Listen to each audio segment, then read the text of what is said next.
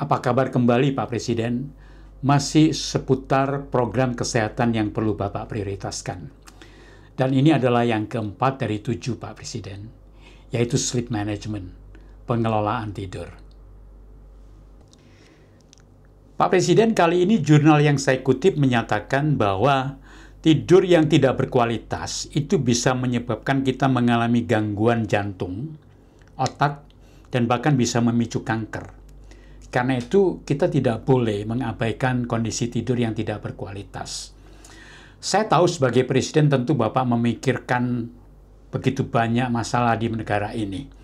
Tetapi Bapak tetap harus menjaga kualitas tidur Bapak.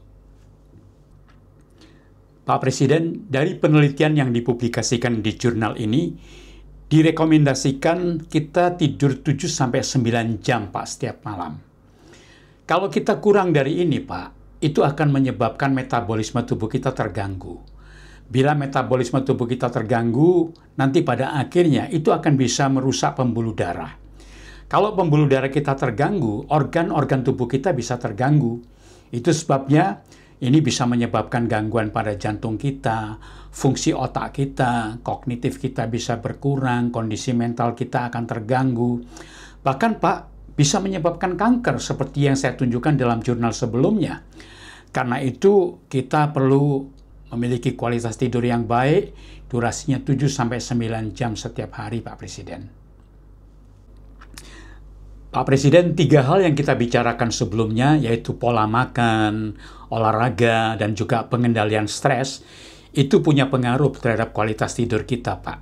Tetapi bukan cuma itu, saya membicarakan secara khusus bahwa kualitas tidur kita memang Pak dipengaruhi dengan fasilitas.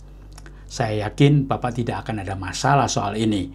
Di sini perlu ruangan yang kedap suara, yang tidak bising, ruangan yang pencahayaannya bisa diatur, lalu suhu yang bisa diatur dengan baik pula, matras yang bagus. Tetapi bukan cuma itu Pak.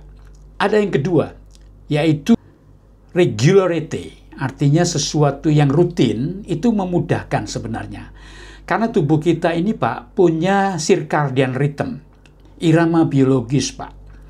Kalau kita punya kebiasaan tidur di jam tertentu, maka itu akan membuat pola tidur kita itu akan lebih baik. Nah, tentu ini berkaitan dengan pola kita mengatur kerja kita Pak. Sebagai Presiden, saya tahu Bapak punya kesibukan yang luar biasa. Tapi Bapak punya kendali untuk itu. Bapak harus memanage supaya di tengah-tengah kesibukan Bapak yang luar biasa, tidur ini menjadi sesuatu yang Bapak juga perlu prioritaskan. Kenapa? Kalau kualitas tidur Bapak bagus, kesehatan bagus, kondisi mental Bapak luar biasa baik, Bapak akan bisa memikirkan negara ini dengan lebih bagus. Dan yang ketiga Pak adalah tidur itu perlu disengaja Pak, intentionally. Artinya, ya kita atur supaya jam tertentu kita sudah langsung masuk tidur.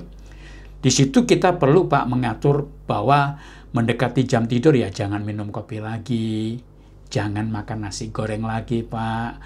Bapak perlu kemudian mendengarkan musik yang lebih rileks, yang lebih kalem, yang lebih menyejukkan hati, suasana yang tenang. Semuanya itu akan mempengaruhi Bapak untuk bisa tidur dengan baik. Ada satu lagi Pak yang ingin saya bagikan. Yaitu kita itu bisa menstimulasi saraf parasimpatik yang membuat kita rileks, yaitu dengan pengaturan napas Pak. Kalau Bapak menapas 4-7-8, menarik napas 4 hitungan, menahan napas 7 hitungan, lalu kemudian menghembuskan napas 8 hitungan, saraf parasimpatik kita Pak, itu akan teraktivasi, membuat kita rileks, dan itu memudahkan kita untuk masuk tidur dengan nyenyak. Pak Presiden, saya sebagai rakyat hanya mengharapkan Bapak memiliki kualitas kesehatan yang baik. Karena itu Pak, jangan mengabaikan tidur. Supaya Bapak memiliki kualitas kesehatan yang bagus, sehingga Bapak bisa menuntaskan pemerintahan Bapak sampai tahun 2029. Ingat Pak, sehat itu murah, sakit itu mahal. Salam sehat, XPT Health Style.